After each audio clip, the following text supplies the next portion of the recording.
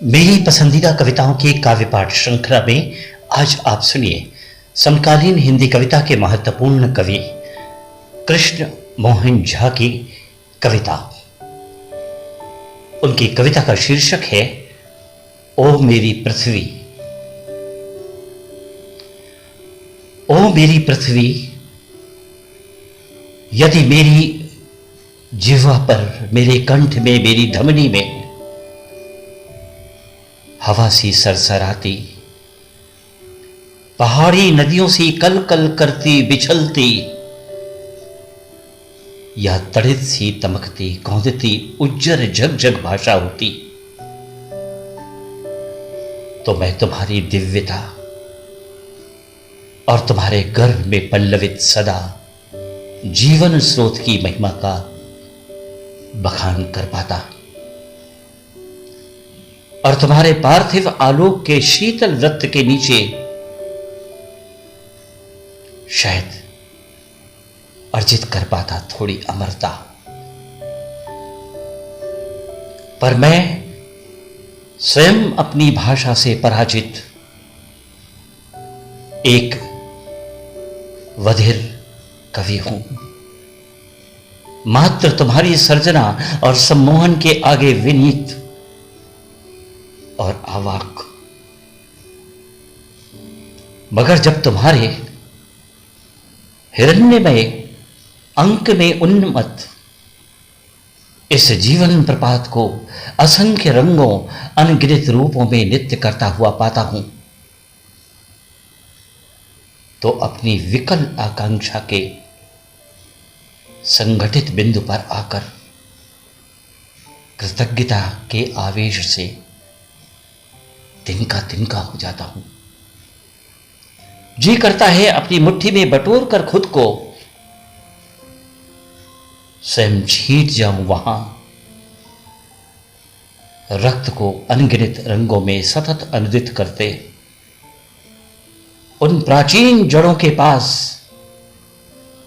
जहां निरंतर अंकुरित होने की अनंत प्रक्रिया में है आकाश। लेकिन दूसरी तरफ इस दुनिया में लगातार पसर रही कुरूपता को लेकर तुम्हारी अप्रत्याशित सहनशीलता को देखते हुए हताश हो जाता हूं। समझ नहीं पाता कि तुम्हारी गोद में बैठे हुए जो लोग दूसरों के खेत का पानी रातों रात मेड़ काट कर अपने खेत में पसा लेते हैं, आखिर क्यों लहलहाती रहती है उनकी फसल। जो लोग गड़ासा उठाकर और फरसा भांजकर किसी निर्बल के आम का पेड़ कटवा लेते हैं, गाय खुलवा लेते हैं, जेठ महीने में उनके आंगन में क्यों अनाज की तरह बिछी रहती है किसी फलदार वृक्ष की मीठी छाया। कनपट्टी में दो नाली सटाकर जो लोग किसी 15 बरस की बच्ची को उठा ले जाते हैं, किसी निरीह के गर्दन उड़ाकर उसकी विधवा की जमीन हड़प लेते हैं, जो आखिर क्यों उनके घरों से इस तरह खिलखिलाने की आवाजें आती हैं। हर ड्योढ़ी, हर चौराहा, हर घाट, हर बाट पर क्यों हमेशा दुत्कारा जाता है सत्य। तुम्हारी हथेली पर रोज ब रोज क्यों कलंकित होती रहती है उसकी काया। जिधर अन्याय है क्यों उधर ही संघनित रहती है शक्ति। समझ नहीं पाता है तुम्हारी ये कैसी माया। जबकि तुम अपनी छाया को समेट ले सकती हो उनके ऊपर से, जो छुपकर दूसरों के पौधे की जड़ों में पेशाब करते हैं, लेकिन तुम देखती रहती हो टुकुर टुकुर। जबकि तुम अपने मीठे जल से वंचित कर सकती हो उन अपराधियों को जो दूसरों के कुएं में जबरन जहर घोल देते हैं, लेकिन तुम उदासीन रहती हो। जबकि एक बार तुम अपनी देह को थोड़ा हिला दो तो वो नेस्तनाबूद हो जाए, जो दूसरों की जिह्वा पर अपना घर बनाते हैं। लेकिन तुम कुछ नहीं कहती, करती नहीं कुछ, निरीह गाय की तरह चुपचाप देखती रहती हो, और अत्याचार की वैतरणी तुम्हारे शरीर पर अनवरत बहती रहती है।